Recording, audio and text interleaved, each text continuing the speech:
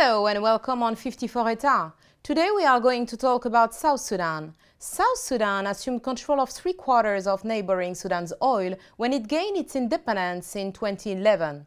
Although oil production waned between 2013 and 2015 because of a domestic crisis. The government is now keen to get it back on track. To understand better the situation on the ground, let's sit down with the Minister of Petroleum, Ezekiel Lol Gatkuoth, to hear about his plans to achieve this. The Republic of South Sudan is actually the third largest producers in Africa as a whole. We used to produce 480,000 barrels a day. Currently we are producing 130, 39, 43,000 barrels a day. And for us now, because of the crisis, we have been really suffering from the production. But we wanted to take it back to where it used to be, 480,000 barrels a day, by actually making sure that we resume the production in former Unity State. Also, the wells that we have closed, we are actually opening them up, and then we are going to produce more oil. This is what we are actually focusing on: increase production by opening up wells that are closed and also do exploration. As you know, South Sudan has abundant oil resources, but a lack of infrastructure, including refineries, pipeline, and so on. So your government have tried to build a pipeline connecting Nairobi to deliver the oil. Firstly, how is the program progressing so far?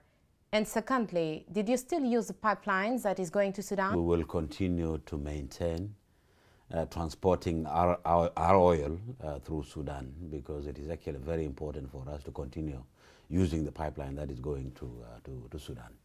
Now, this is actually going to be the northern part of South Sudan. The oil that is being produced there, we will transport them through Sudan. To exporting the oil? Yes. Then now we are having the southern part of South Sudan. There is also an oil there. And this is the area where we will create alternative pipeline so that we can connect this with Kenya and Uganda. And how does you exporting your oil? Still through Sudan? Yes, we are still exporting it through Sudan. Of course, we are paying a transportation fee, transit fee, processing fee, and then we also have something called financial transitional arrangement fee. We are paying them. It is an assistance because when we were leaving in 2011 and we became independent country, we took 75% of oil from Sudan. And then we have realized that it has created economic shocks to the economy of the Republic of South Sudan, of Sudan. And then we actually assisted them with $3 billion. Is there new discoveries in the country? Yes, there are new discoveries. Block B3, I have awarded this block to a Nigerian company called Orento. Okay. We are discussing with Total so that they can take block B1 and B2 together with Tallow and Kufpek. It is actually a Kuwaiti company. So these three companies, and that's why I'm here and in Paris, to discuss with them, with Total, how we can move quickly so that we have an agreement so that they can actually explore and actually drill. So you already signed the contract with Total? We have not yet signed, but we are actually in the advanced stage to sign the contract. About the peace process in South Sudan and the intergovernmental authorities on development and revitalization discussion, the mediation program set up in Addis Ababa since February 5th to arbitrate violence in South Sudan is taking place in a strange atmosphere of unreality. Well, for us, we are engaged in Addis. We wanted to bring peace to our country. It is us South Sudanese who will bring peace to the country. It is not the IGAD, it is not the international community. They are supporting us. What my president is doing so far, President Salva Kiir, is launching a national dialogue. A dialogue that can bring all of us together. We discuss and we bring peace.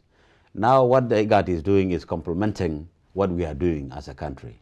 So far we have been engaging with oppositions to come back and be part of the implementation of the agreement, so that we implement the agreement, we transition, and we actually go for democratic election in 2.5 years or 3 years.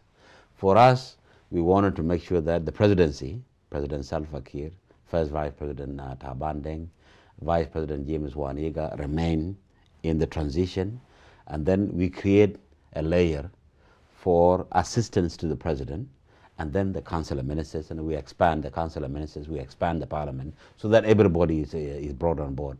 About Riek Machar, Riek Machar can wait. He can wait for the transition, and when the process of the transition is finished, he can come and compete during the election. Because now, for me, if Riek Machar is going to come now, there will be another war. But he should be released first before to come. Well, the region has made a decision that he has to wait. He's not actually arrested. He's in South Africa. Yeah. He's told to wait in South Africa until the election is actually organized. And if he wanted to come and compete, he can come and compete. Okay. This is your opinion. That's and my the last opinion. word? Well, thank you very much for having me here. As the Minister of Petroleum, well, the economy of the Republic of South Sudan is getting better than last year. The oil prices is actually now going up. We are increasing the production. We are making sure that we explore so that we can have more oil. And the more oil, the more money. And the more money, the more services that we can deliver to the people of South Sudan. Because this oil belongs to the people of South Sudan. It doesn't belong to the government. Thank you for this interview broadcast on 54eta.com.